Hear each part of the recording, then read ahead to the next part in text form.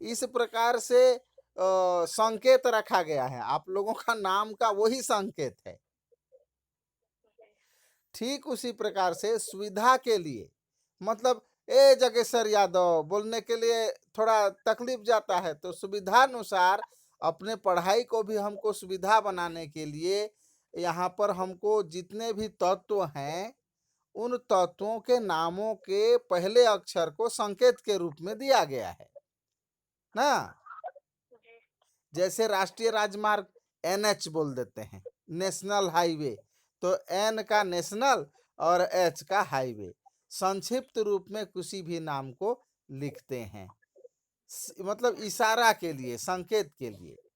तो इस प्रकार से अब तक जो है हमारे इस प्रकृति में और निर्मित रूप से अब तक 114 तत्व और उनसे बने लाखों यौगिक ज्ञात हो चुके हैं। जैसा कि मैं वीडियो में डाला हूं, यौगिक का मतलब है दो या दो से अधिक तत्वों के एक निश्चित अनुपात में मिल करके रासायनिक अभिक्रिया के फलस्वरूप जो यौगिक बनता है उसको उसको यौगिक कहते हैं। और बाकी जो तत्व होते हैं वो 114 तत्व आज तक खोज कर लिया गया है। तो हर बार उनके बारे में बताते समय पूरा नाम लेना सुविधाजनक नहीं होता है। इन तत्वों को जैसे हाइड्रोजन, हीलियम,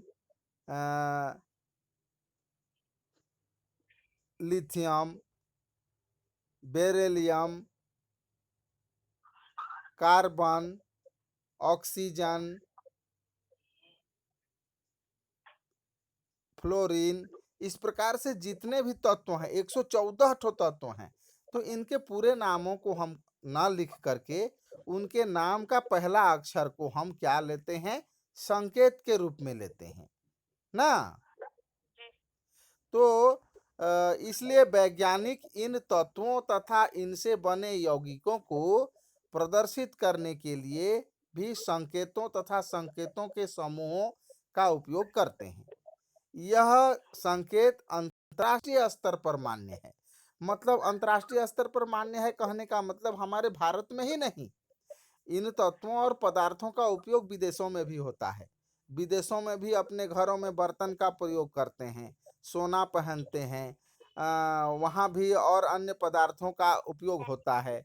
तो वहाँ पर भी इन पदार्थों और इन तत्वों का नाम का पहला अक्षर को संकेत, मतलब यहाँ पर जैसे हम बोल रहे हैं ना, संकेत में आप लोगों को घर में छोटू बोल रहे हैं, मोटू बोल रहे हैं, उसी प्रकार से इन तत्वों के उस सांकेतिक नाम को पूरे ऑल इंडिया, भारत के बाहर देशों में भी इसी नाम से जाना जाता है।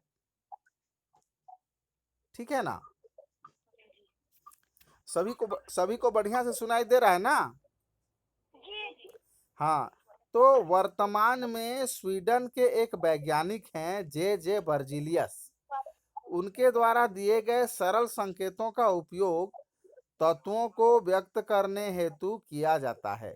उन्होंने सुझाव दिया था कि किसी भी तत्व का संकेत लिखने के लिए अंग्रेजी वर्णमाला के अक्षरों का उपयोग किया जाए, क्योंकि अंतर्राष्ट्रीय भाषा है अंग्रेजी, इसलिए अंग्रेजी के वर्णमाला का पहला अक्षर को उपयोग करना है। उनके अन्य सुझाव निम्नानुसार हैं। ये नियमावली है, इस नियमावली को आप लोग बढ़िया से पढ़ लीजिएगा। उसी आधार पर यहाँ पर देखो, तत्व के अंग्रेजी नाम का प्रथम अक्षर उस तत्व का प्रतीक माना जाए।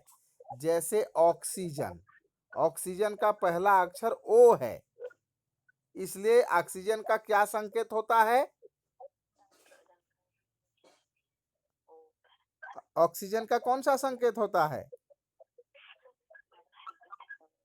कोई भी बताओ।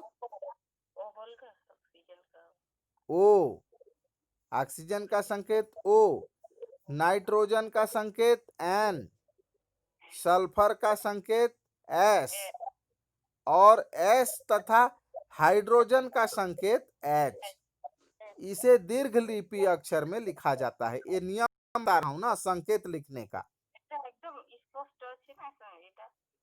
और जब एक ही अक्षर से एक से अधिक तत्वों के नाम प्रारंभ होते हैं तब उनके प्रतीक दर्शाने हेतु एक तत्व के लिए पहला अक्षर प्रतीक निर्धारित कर अन्य के लिए पहले अक्षर के साथ एक और अक्षर जोड़ दिया जाता है। जैसे नाइट्रोजन का यहाँ पर N है, तो जो हमारे पास एक सोडियम तत्व है, सोडियम का और नाम है नेट्रियम। तो एक के लिए तो N दे दिए, लेकिन दूसरा के लिए N कैसे देंगे? तो वहां पर N और A को बता देंगे, एक और अक्षर जोड़ देंगे।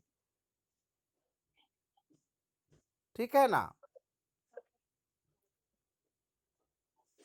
और जब जब एक ही अक्षर से एक अधिक तत्वों के नाम प्रारंभ होते हैं तब उनके प्रतीक दर्शाने हेतु एक तत्व के लिए पहला अक्षर प्रतीक निर्धारित कर अन्य के लिए पहले अक्षर के साथ एक और अक्षर जोड़कर उसका प्रतीक निर्धारित किया जाए। ऐसी स्थिति में पहला अक्षर दीर्घ लिपि में और दूसरा अक्षर जो है स्मॉल लेटर छोटा लघु लिपि में लिखा जाता है। जैसे सी अक्षर से शुरू होने वाले तत्वों को यहाँ पर 4 ठो 5 ठो दिया है।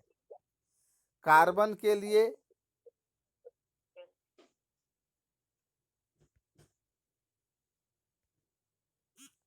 हाँ, जगेश्वर कट गया था।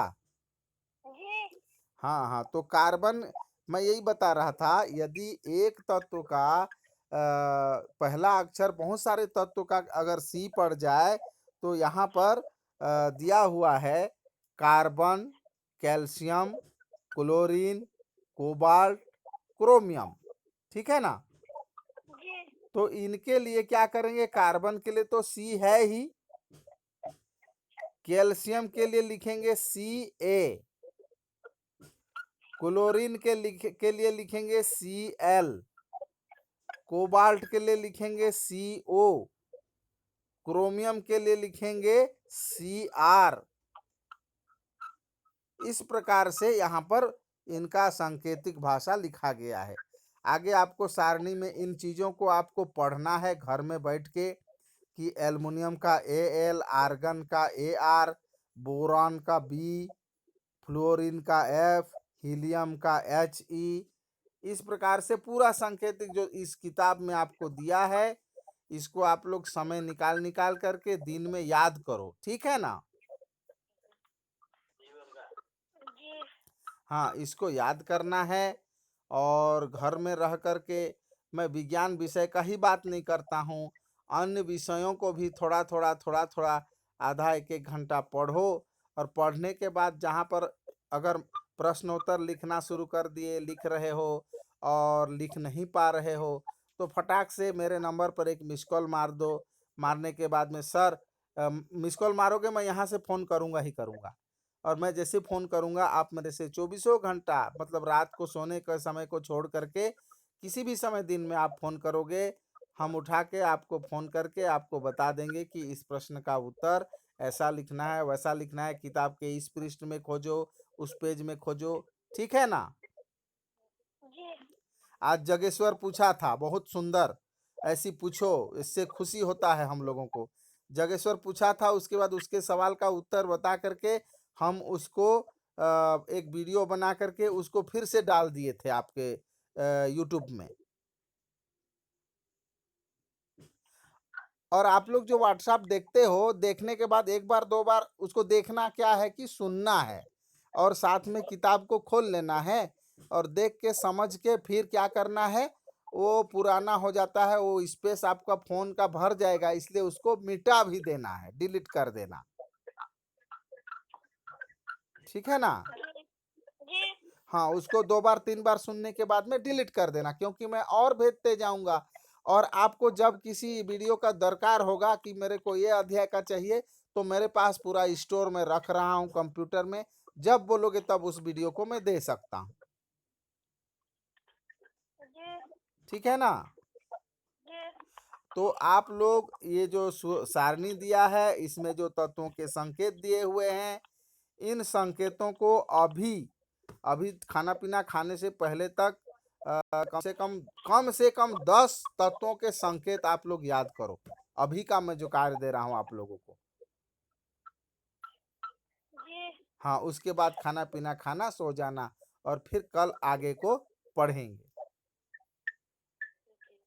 फिर संकेत जब कंप्लीट हो जाएगा तो संकेत जब याद हो जाएगा तो संकेत के बाद हम उसको सूत्र लिखाना शुरू करेंगे। सूत्र कैसे बनता है, आगे का चैप्टर सूत्र का होगा। ठीक है ना?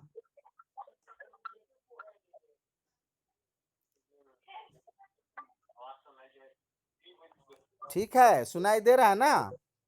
जी जी हाँ, तो अनुज, जयंती और जगेश्वर, ठीक है ना? जी हाँ, अगला दिन और 2-3 बच्चे जुड़ेंगे तो और फोन करूंगा। गंगोत्री को फोन किया था, फोन उठाई ही नहीं।